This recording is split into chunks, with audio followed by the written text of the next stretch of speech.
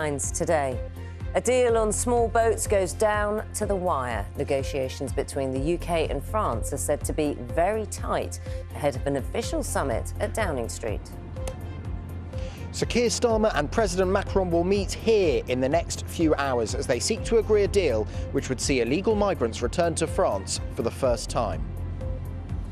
Former Conservative chairman Sir Jake Berry defects to Reform UK, accusing his former party of abandoning the British people.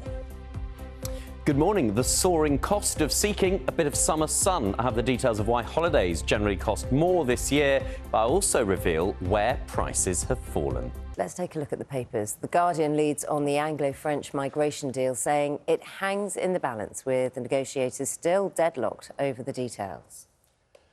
Daily Telegraph, one of several papers to cover a report by the Centre for Social Justice, which claims that someone receiving full sickness benefits will receive £2,500 more per year than a minimum wage worker. The Eye claims the government will introduce new taxes which target wealthier people to appease restless backbench MPs. The paper says ministers will not call these measures a wealth tax in public, but will do so privately. And lastly, Daily Star, covering the sacking of Christian Horner as the principal of Red Bull's Formula One team. The headline is Red Bull gives you the boot. One other story for you this morning. A teacher who's worked at the same primary school for 43 years has been given a Guard of Honour to mark her retirement. So, here are pupils, former pupils, parents, staff lining the driveway of Belmont Grosvenor School in Harrogate as Gillian Furness cycled in on her final day. She said the gesture was more than she had ever expected. Gillian looks like a very good hugger, is what I've got from that. Also very, very popular, clearly. Royal Mail will be allowed to cut deliveries of second-class post to alternate weekdays instead of the current 6-day-a-week obligation. The regulator, Ofcom, has just announced that change. And, Ben, you're taking a look at these details. Yeah, let me run through them for you. Yes, this is all about improving the reliability of Royal Mail and making sure it can survive financially in a world where we send far fewer letters than we used to. So, here are the main changes that the regulator, Ofcom, has just announced. The legal obligation on Royal Mail to deliver second-class post 6 days a week will be relaxed to alternate weekdays instead and not on Saturdays. First class will remain 6 days a week. Ofcom says that affordable prices and reliability are more important to most people than speed of delivery. And it estimates that the change to second-class deliveries could save Royal Mail between £250 and £425 million a year.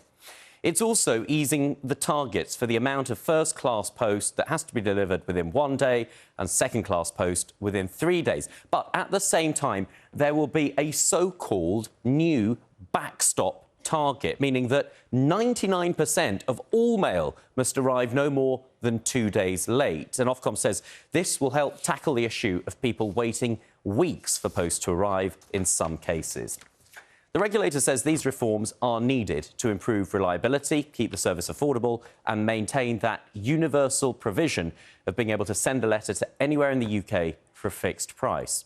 Of course, it follows hefty fines for Royal Mail missing its delivery targets in recent years, while the price of first-class stamps has doubled since 2022 to £1.65. The firm was bought earlier this year by the Czech billionaire Daniel Kretinsky and now faces the challenge of increasing competition from parcel delivery firms, while there's a sharp fall in the number of letters that we're sending each year. Today at 1, the UK and France are trying to finalise a deal to tackle migrants crossing the Channel in small boats.